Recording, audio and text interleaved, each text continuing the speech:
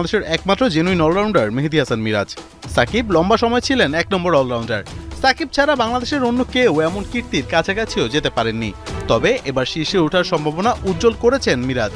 এরই মধ্যে প্রথমবারের মতো আইসিসি টেস্ট অলরাউন্ডার র্যাঙ্কিংয়ে 2-এ উঠে গেছেন এই টাইগার।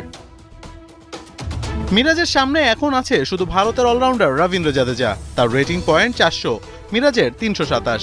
মিরপুরে একাডেমি মাঠের সামনে টেস্টে 200 উইকেট আর 2000 রানের মাইলফলক স্পর্শ করায় মিরাজকে সম্মাননা দেয় বাংলাদেশ ক্রিকেট সাপোর্টার্স অ্যাসোসিয়েশন।